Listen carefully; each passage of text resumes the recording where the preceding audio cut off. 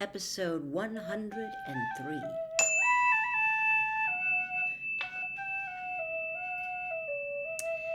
The creature in Harry's chest roaring in triumph, he grinned down at Ginny and gestured wordlessly out of the portrait hole. A long walk in the grounds seemed indicated, during which, if they had time, they might discuss the match. Chapter 25. The Seer Overheard. The fact that Harry Potter was going out with Ginny Weasley seemed to interest a great number of people, most of them girls. Yet Harry found himself newly and happily impervious to gossip over the next few weeks.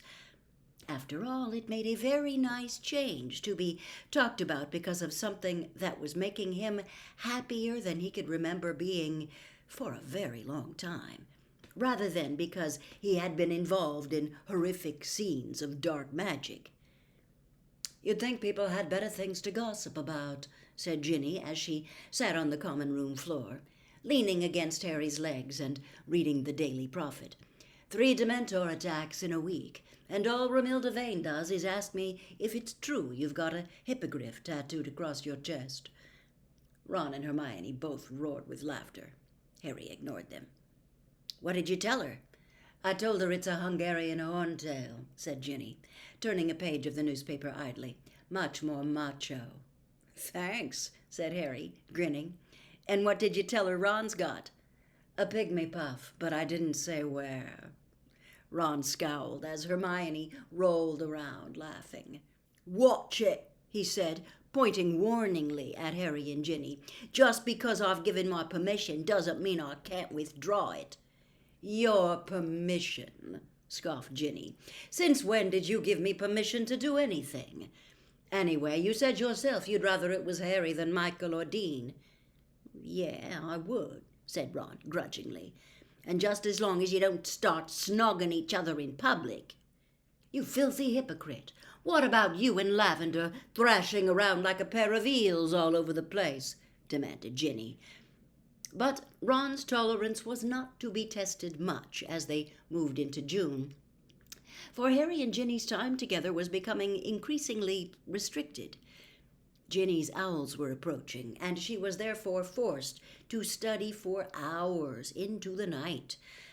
On one such evening, when Ginny had retired to the library and Harry was sitting beside the window in the common room, supposedly finishing his herbology homework, but in reality reliving a particularly happy hour he had spent down by the lake with Ginny at lunchtime, Hermione dropped into the seat between him and Ron with an unpleasantly purposeful look on her face.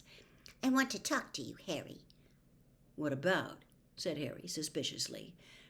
Only the previous day Hermione had told him off for distracting Ginny when she ought to be working hard for her examinations. "The so-called half-blood prince." "Oh, not again," he groaned. "Will you please drop it?" He had not dared to return to the room of requirement to retrieve his book, and his performance in potions was suffering accordingly, though Slughorn, who approved of Ginny, had jocularly attributed this to Harry being lovesick. But Harry was sure that Snape had not yet given up hope of laying hands on the prince's book, and was determined to leave it where it was while Snape remained on the lookout. "I'm not dropping it," said Hermione firmly, "until you've heard me out.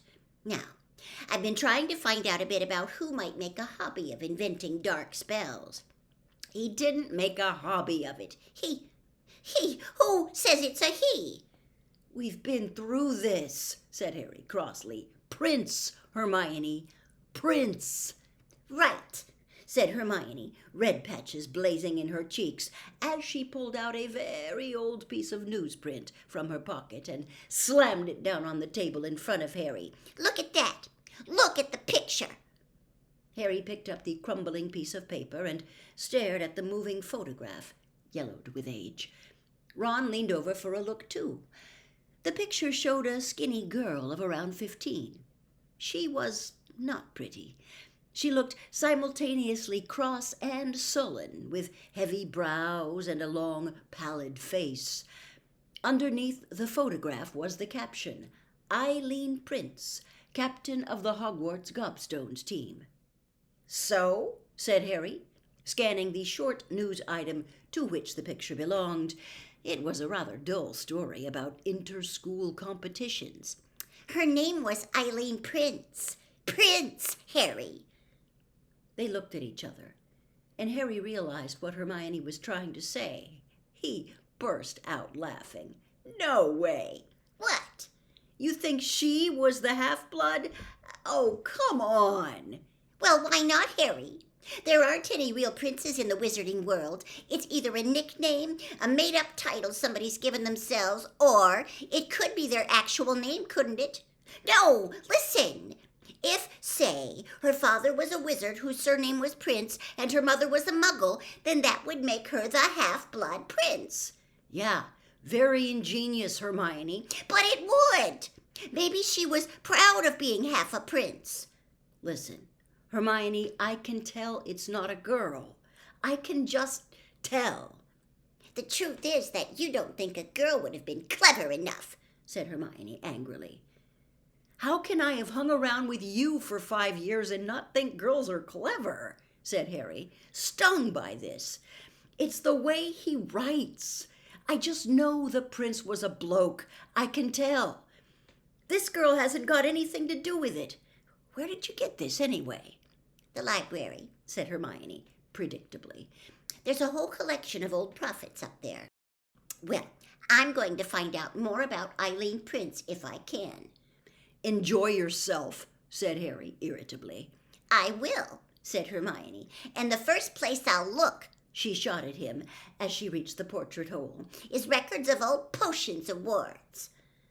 Harry scowled after her for a moment, then continued his contemplation of the darkening sky. She's just never got over you outperforming her in potions, said Ron, returning to his copy of 1,000 Magical Herbs and Fungi. You don't think I'm mad wanting that book back, do you? Course not, said Ron robustly. He was a genius, the prince. Anyway, without his Bezoar tip... He drew his finger significantly across his own throat. I wouldn't be here to discuss it, would I? I mean, I'm not saying that spell you used on Malfoy was great. Nor am I, said Harry quickly. But he healed all right, didn't he? Back on his feet in no time. Yeah, said Harry.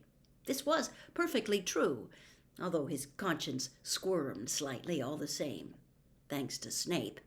Yeah, you still got detention with Snape this Saturday? Ron continued. Yeah, and the Saturday after that, and the Saturday after that, sighed Harry. And he's hinting now that if I don't get all the boxes done by the end of term, we'll carry on next year.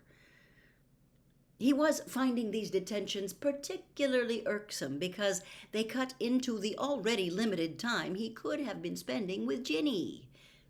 Indeed, he had frequently wondered lately whether Snape did not know this, for he was keeping Harry later and later every time, while making pointed asides about Harry having to miss the good weather and the various opportunities it offered.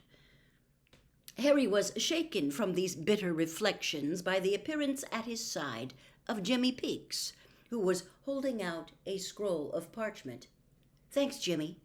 Hey, it's from Dumbledore, said Harry excitedly, unrolling the parchment and scanning it. He wants me to go to his office as quick as I can. They stared at each other. Blimey, whispered Ron. You don't reckon he hasn't found? Better go and see, hadn't I? Said Harry, jumping to his feet.